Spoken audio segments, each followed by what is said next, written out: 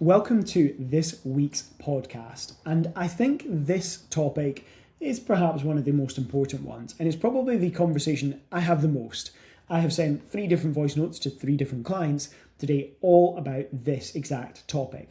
And it is why the scales are messing with your head and what the hell to do about it. So the problem that we have is we expect this beautiful staircase effect in terms of weight loss. What I mean by that is we expect the steps to be nice and even, and we're going to see the same drops in the same timeline, and it just drops down nice and steadily.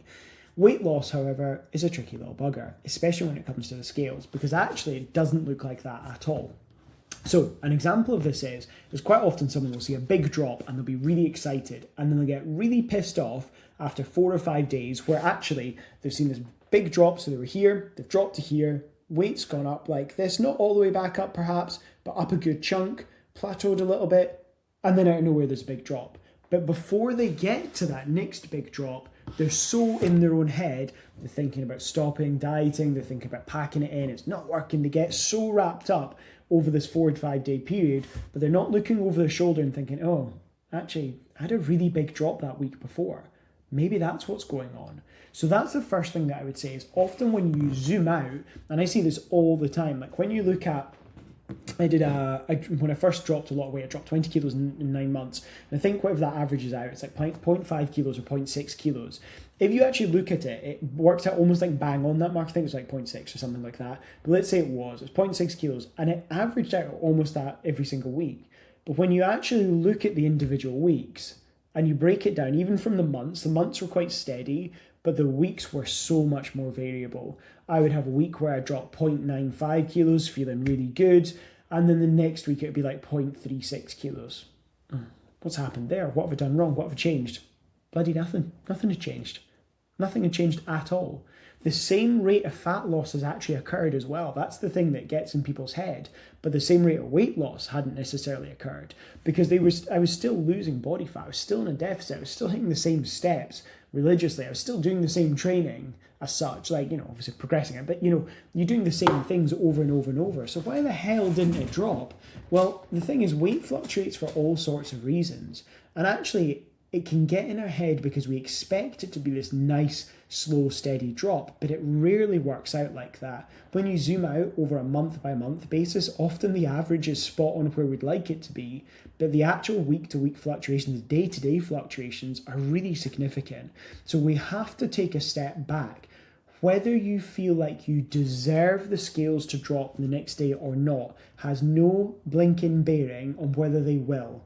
And I think this is something that I always try and push, and it sounds a bit harsh, and I don't mean it to be, but it is kind of good to be quite blunt about it and be like, just because you felt like you had a good day, you did a class and you did a long walk, you did a gym session and you went for an extra long walk, you had a lower calorie day and you went for a run, that does not guarantee that the scales will drop the next day. It does guarantee you're in a big old calorie deficit and the extra energy your body needs, because if you think about dieting very simply like this, you're doing 100 miles worth of distance a day, that's your activity, your movement, etc., 100 miles worth of distance, and you're only putting 70 miles into the fuel tank, there's a 30-mile gap there. So that fuel reserve is being emptied, that's your body fat, right? So that 30 miles worth of fuel is being emptied out. The problem is it's almost like the meter, the gauge, is a bit delayed. So what can happen is you might go 2 or 3 days and there's no drop, and suddenly there's a big drop, and you're like, well, I haven't lost all of that in one day, but obviously it's the average of what you've lost that's coming up. So what's really, really, really important here is to have that mentality rather than kind of think, oh, but I deserve the scales to go down. I worked so hard yesterday. Cool. You lost body fat. You're leaner.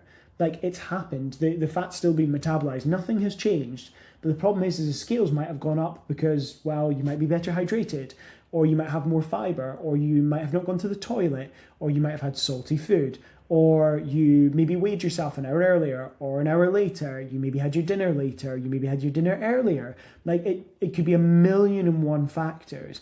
But the problem is we have this incredibly direct relationship with, fat loss and the scales will drop the next day. It doesn't work that way. It does not work that way. I coach a really, really broad amount of clients in lots of different activity levels in terms of their kind of activity with sport, with their kind of height, with their weight, with, you know, all these kind of things, all the different factors you can think of, right? A broad spectrum of clients, yet almost, well, no one in fact, loses at a completely steady pace. It's erratic, but when we actually look at the week by week change, because we take weekly averages, we tend to see a really clear trend. And when we look at the month by month changes, it's an incredibly clear trend. It's going in exactly the direction with 1 to 2, we're dropping really nicely, great. But day to day, it's so common for me to get a message from someone who'll be like, oh, but I'm at 0.3 kilos today. Right, okay. Why do you think that is? Well, I'm not really sure. Maybe I had a salty dinner, but maybe there's nothing. I can't really, no, actually, there's nothing I can really think of. Actually, there's nothing there. Okay, cool.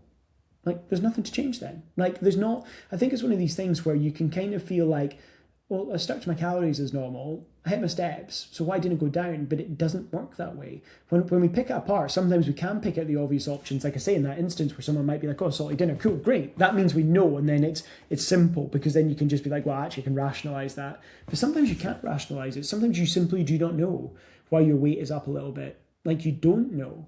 And it can be little things like when you've been to the toilet or not. You know, like that can make a difference, but people don't think about these things.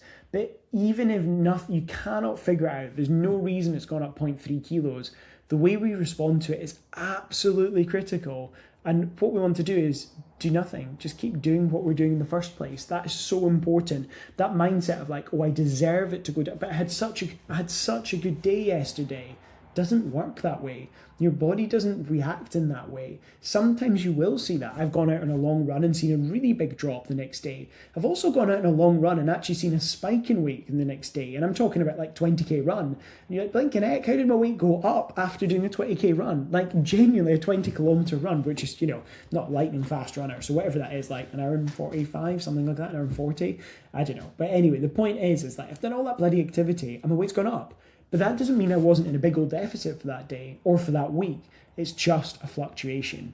So the big mindset shift that I want you to have is moving away from that, oh, I deserve it to drop the next day, or, oh, nothing's happened this week and I've made no progress. If you know that you have tracked your calories accurately, that you have been as active as normal, that you have done all the normal things, you are going to be in a good spot. Calories in a good place, activity in a good place.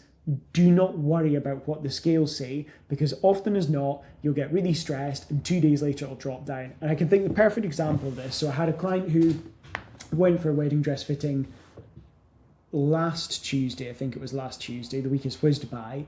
And she'd set a bit of a kind of goal of dropping a certain kind of amount of weight by a certain period of time.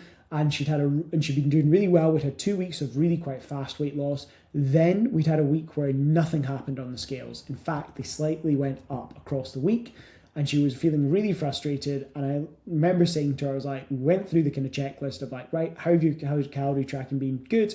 Like, I've been on top of everything. I've done everything right. I've even upped my activity from normal, because, you know, like it is that kind of thing of like, got wedding dress fitting, you want to be in the best possible place. So I get it. I get where that came from. And then, of course, literally, I think 4 days out from it, all of a sudden her weight dropped by like a kilo overnight or something like that. Why did she lose a kilo overnight? Well, there could be loads of different factors. But the reality is all the hard work that she'd done over that previous week and a bit, it was nothing to do with what she'd done the day before, for example. That wasn't the game changer. She didn't do anything magic. The weight was just due to fall off. It's just often a lagging measure. So this is where we have to be coldly rational with it. Because so many people fail diets because they are so bloody emotional about the scales. And I get it completely. I think that if you've been through the slimming world thing, or you put a lot of pressure on yourself around it, it can be really easy to fall into. But the reality is very simple, is that we're looking for an average trend, but weight loss is far more erratic than you think it is. Fat loss less so. But the weight loss bit of it, what the scales say, they're really useful. They're a great metric over time. But day to day, my goodness, can they fluctuate for so many reasons. Even little things. I remember talking to someone about this in summer. Someone's like, oh, I've hit really low weight today. I was like, isn't it funny how we never do that thing of like, be analytical. I was like, it was a really hot night, which obviously you don't get in Scotland very often. I was like, could just be because you're sweating more. Like, no one ever thinks that. Like, oh, maybe I was just really warm in bed, right? Because it was roasting outside and none of us have aircon because, you know, Scotland.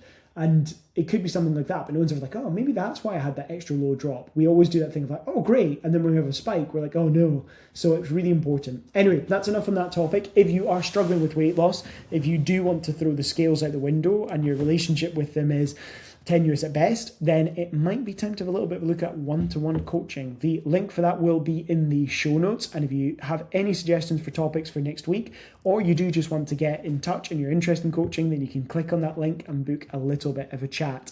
Otherwise, have a great day and I'll speak to you soon.